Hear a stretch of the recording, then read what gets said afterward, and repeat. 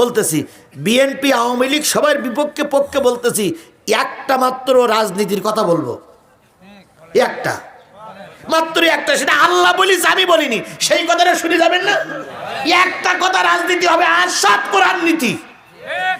একটা কথা মাত্র জিহাদির পক্ষ থেকে রাজনীতির কথা হবে, সেই কথাটা না শুনে আমরা যাবো না ইনশাল্লাহ। তবে সেটা আমি ব্যক্তিগত হয়ে বলবো না, কি দিয়ে বলবো? ও ভাই সাদা যাওয়া ভাই, সাদা যাওয়া ভাই, সাদা যাওয়া ভাই, সাদা যাওয়া ভাই, ভাই হয়ে গেছে, খেয়াল করি একটুখানি খেয়াল করি, হয়ে গেছে ভাই। আমি আমার ব্যক্তিগত পক্ষ থেকে কথা বলছি না, সব বলছি কি দিয়ে। যারা যাচ্ছেন আমি আপনাদের পায়ে ধরে অনুরোধ করি, আজকের এই কথাগুলো আমি হয়তো ভালো করে বুঝাতে পারিনি, আপনি দয়া করে বাড়ি যেয়ে একটু কোরআন খুলে পড়েন।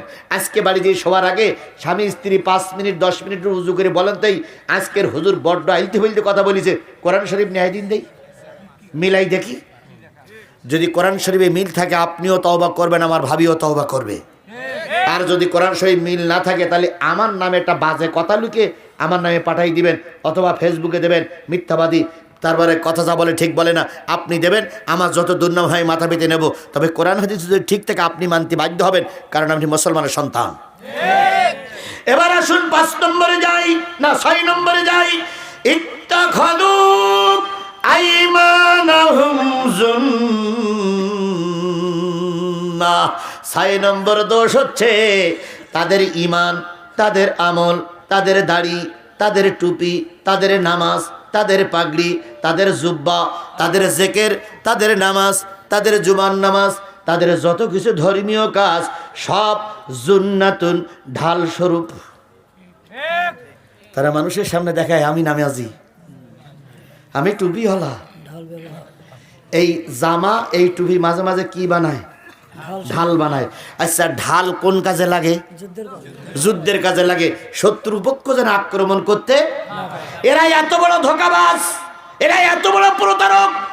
বছরের 4 মাস, বছরের 4 মাস, 4 বছর 9 মাস কোনো টুপি পরে না, কোনো দাড়ি রাখে না, মসজিদে যাতায়াত করে না, এত আতর সুগন্ধ ব্যবহার করে না। যেই না নির্বাচনের সময় আসে সেই খোসা খোসা দাড়ি, মাথায় একখানা বড় টুপি, ঘাড়ে একখানা হাজি রুমাল, আতরের গন্ধ এরে মাখায় ওরে মাখায়। আতর পরে দেখলি মনে হয় মিকাইল আলাইহিস সালামের বড় ভাই উঠে আসছে।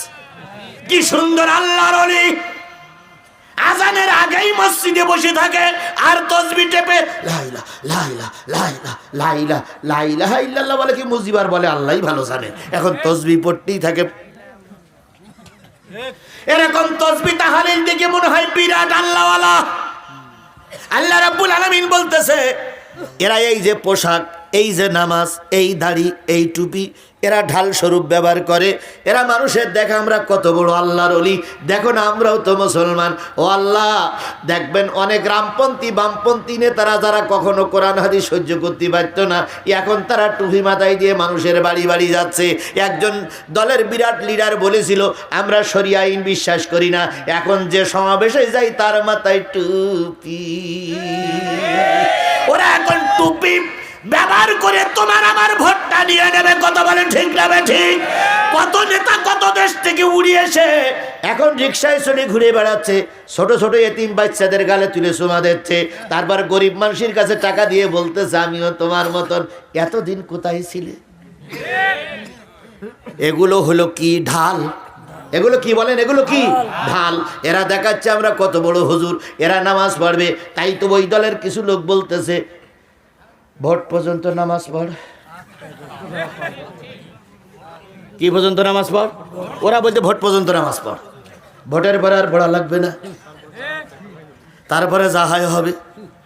এরপরে বলতেছে কোন ওয়াক্ত নামাজ না পড়লি ফজরের নামাজ পড়বি। কই কেন? কই দেখবি ফজরের নামাজ পড়ে হুজুর কোরআন শরীফ দিয়ে জাতির কাছে ভোট চাই কিনা। ওরে আমার নামাজি, ওরা বোরকা পরি ভরে বাড়িতে বাড়িতে যে কার্ড দেখাচ্ছে। এক মহিলা তো বলেই দিয়েছে এত বছরের দুর্নীতি চ্যাম্পিয়ন, আর আমরা তোমাদের ভোট বেরিয়ে যাও। এরকম ঠাস ঠাস করে কথা বলা শিখতে হবে। কথা বলেন, কথা বলেন, কথা বলেন, শেখা লাগবে, ঘরে বসে থাকলে হবে না। নেতারা বলতেছে ধৈর্য ধরো, ধৈর্য ধরো, অত ধৈর্য ধরলে টেকা যাবে না, মাঝে মাঝে একটু ফোর্স করা লাগবে। সাইদি সাহেবের সে ওয়াজটা মনে আসতো, সাপ গেছে কি হতি, মুরিদ হতি। সাইদি বলছি তোরাই মুরিদ করবো না, হুজুর বলছি তোরাই মুরিদ করবে, কারণ তো দোষ হয়ে তুই লোকের দংশন করিস, কামলাস, তা বলতে নি লোকের ঘাড়ের পরে পড়িস। তখন বলতে হুজুর আমার মুরিদ করে দেন, আমি আর অন্যায় কাজ করবো না। হুজুর বলতে বুঝিস, কয় বুঝিস। এখন মন তত্তন্তর পড়াই দিয়েছে, খবরদার কামড়াবি না। এখন ও চিন্তা করতে আমার যে রাগ, তো গ্রামে থাকলে তো লোকের কামড়াইতে হবে, তো ও জঙ্গলে যায়। এখন জঙ্গলে গেছে, এখন যেখানে গেলি বাঘের ভয়, সেখানে গেলি রাইত হয়। এখন ও আলির পরে বেড়ের পরে শুয়ে আছে, এক লোক গেছে ঘাস কাটি ও ধান কাটি, ধান কেটে মাথায় করে নিয়ে আসবে, কিন্তু দড়ি নেই, ওই সাপেরে দড়ি বানাইছে। তখন সাপ বলতেছে কি বলবো, মুরিদ হইছে, নতুবা তুই যে কত বড় কৃষক তোর আমি দেখাই ছাড়তাম। এখন ওর ওই বেঁধে টেঁধে নিয়ে বাড়ি এনে ধান অথবা ঘাস খুলে ফেলাই দিয়েছে চাইলে, তা মরিনি, বেশি আছে। তো কিছুদিন পরে একটু সুস্থ হয়ে হুজুরের কাছে বলছে, হুজুর আপনার মুরিদ হওয়া না হওয়াই ভালো ছিল। কেন?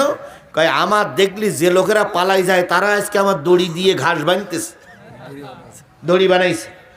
তো হুজুর সব শুনে বুঝে বলছে, এই বিয়াদব, তোর কামড়াতি নাই নিষেধ করিলাম, তোর কি ফোঁস করতে নিষেধ করিলাম? তুই একবার ফোঁস ফোঁস করবি, ওরা দড়ি ফেলাই দিয়ে ঘাস ফেলাই দিয়ে দড়ি মারবে। নেতারা উপরের থেকে বলতেছে ধৈর্য ধরো, ধৈর্য ধরো, ঠিক আছে, কিন্তু মাঝে মাঝে একটু ফোঁস ফাঁস করা লাগবে। কথা বলেন ঠিক না বেঠিক? ওরা আমাদের ঘাড়ের পরে ধিন দিন করে নাচবার, আমরা ধৈর্য ধরো, ধৈর্য ধরো, একবার নারাই তকবীর বলে বলবো ধর, ও পায়জামা খুলে দড়ি মারবে। ও আর না পারেন তো আমার ডেকে আসবেন, হুজুর লাইন করতে পারতিস না, আপনি আসেন, আমি একবার এসে বলবো ধর, ও পায়জামা কেন ছোট প্যান্টটা খুলে পর্যন্ত থুই দড়ি মারবে। আর গোবিন্দগঞ্জে একবার আমার একটা মাহফিল হইল, ও ভাই পুলিশ আইছে, জনগণ বলতে আইসেন না, আমরা আসবো হুজুরি ধরবো, 7-8 জন এই কোরআন শরীফ সামনে রেখে বলতে পারে, আমার মামলাও হয়েছিল, পুলিশের ধৈর্যে প্রথম জামা খুলিস, জামা খোলার পরে পায়জামা খুলিস, পায়জামা খোলার পরে ছোটটা যখন খুলতেছে তখন বলতে ভাই ওটা খুলি, দেখাই ওটা খুলেও দেখাই দেবো তুই কোন জাতের পুলিশ। বৈরাগীরহাট, সেখানে আমার মামলা ছিল, তো এখন মামলা খারিজ হয়ে গেছে। ও ভাই আমি তো সেই হুজুর, যদি না পারেন আমার ডাকবেন, হুজুর লাইন করতে পারতেছি রে, আমি শেষ পায়জামাও খুলে নেবো ইনশাআল্লাহ। সব সময় ধৈর্য ধরলে হয় না, কিছুটা ফোঁসফাস করা লাগবে। কথা বলেন, কথা বলেন, কথা বলেন। তবে এখন একটু কম ফোঁসফাস করতেছি, ইনশাল্লাহ নির্বাচনের পরেই জনগণ বুঝে নেবে কি কে কি করতে চাও। কথা বলেন, কথা বলেন। তাহলে কয়টা গেল? 6টা। এবার 7 নম্বর দোষটা বলবো, ফাসাদু আন সাবিলিল্লাহ,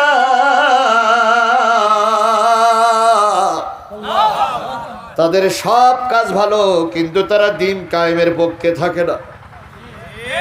তারা দিন কায়েমের কি বিরোধী, দিন কায়েমের কি, এই দিন কায়েমের বিরোধী লোক আমাদের দেশে আছে না নাই?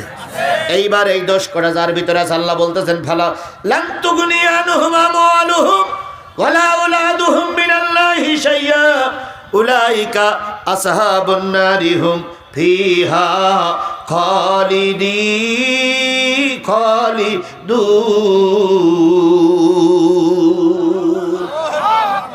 উলাইকা আসহাবুন নারি হুম ফিহা খালিদুন। আল্লাহ বলতেছে এদের মাল সামানা, এদের সন্তানাদি, এদের ভালো কাজ কিছুটাই আল্লাহর কাছে কবুল হবে না। এই 7টা দোষ যাদের ভিতর আছে, এই দোষের লোকগুলোর ভালো কাজ আল্লাহ কি করবে না, কবুল করবে না। এদের সন্তানাদি আলেম হলেও কোনো কাজে লাগবে না, এদের দান সৎকার যদি প্রতিষ্ঠান তৈরি হয় তাও কাজে লাগবে না। এদের জন্য রয়েছে অনন্তকালের জন্য জাহান্নাম, এবং সেখানে তারা অনন্তকাল থাকবে। ও ভাই আমার সব বলা শেষ, এবারে একটা রাজনীতির কথা বলবো। কয়টা দোষের কথা বলেছি মনে থাকবে তো? কোন জায়গাতে লোকেশন দিয়েছি? সূরা নেসার, সূরা মুজাদালা লোকেশন দিয়েছি তো? ভাই ভাই ভাই ভাই গামসাওয়ালা, এই ভাই অন্তত একটা কথা, শেষ কথাটা শুনে যান, শেষ ভালো যার সব ভালো তার। বসেন, একটা কথা শুনে যাই। তার আগে কিছু চিঠি এসেছে, আমি দেখি চিঠিগুলো একটু পড়েছি, এটা পড়া শেষ। হুজুর আপনার কাছে আমাদের প্রশ্ন, চরমনারী মুরিদরা অভিযোগ করছে জামাত ক্ষমতায় গেলে শরিয়া আইন প্রতিষ্ঠা করবে না। ও ভাই এটা বাজে কথা, শরিয়া আইন প্রতিষ্ঠা করবে না। আপনারা শরিয়া আইন প্রতিষ্ঠার পক্ষে, চরমনাই ভাইরা আপনারা শরিয়া আইনের মাধ্যমে ভোট করেন তো? এখন ভোট করতেছি আমরা প্রচলিত